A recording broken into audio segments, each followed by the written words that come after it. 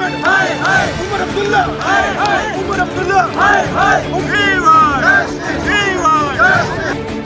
जम्मू में all daily wages Jammu Kashmir संघर्ष समिति के नेतृत्व में सैकड़ों डेली वेजेस सड़कों पर उतरे। प्रदर्शन का मकसद साफ था।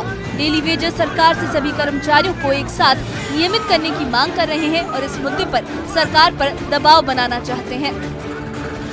आज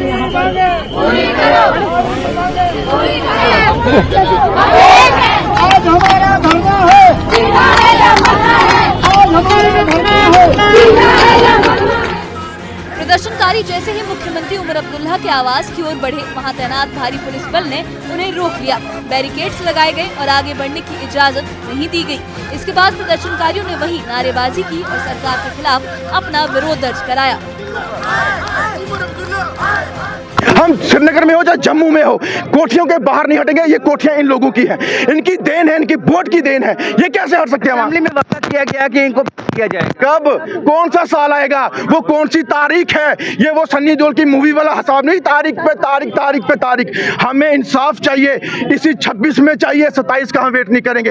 अगर नहीं कर सकते तो ये सरकार छोड़ के अपने घर बैठ जाए। हमें ये सरकार नहीं चाहिए जो हमारे गरीब के साथ खेले, जो उनके साथ उनको लताड़े और इनके बच्चों को बेघर कर दे। पढ़ाई से भी वंचित किया, उनके कपड़ों से भी वंचित किया, कामकाज से वंचित किया और हम लोगों को बेवकूफ बना के रोड पे रख दिया। पहले भी रोड पे थे और आज भी रोड पे और आगे भी रहेंगे। जब तक ये हमारा इंसाफ नहीं करेंगे हम पीछे नहीं हटेंगे। डेली वेजेस का आरोप है कि सरकार उन्हें लेकर सिर्फ बयान दे रही है और जमीन पर कोई ठोस कदम नहीं उठा रही। प्रदर्शन के दौरान डेली वेजेस के एक प्रतिनिधि ने कहा कि सरकार सिर्फ ऐलान कर रही है लेकिन अमल कहीं नजर नहीं आता। उन्होंने साफ कहा कि सभी डेली वेजेस को एक साथ नियमित किया जाना चाहिए।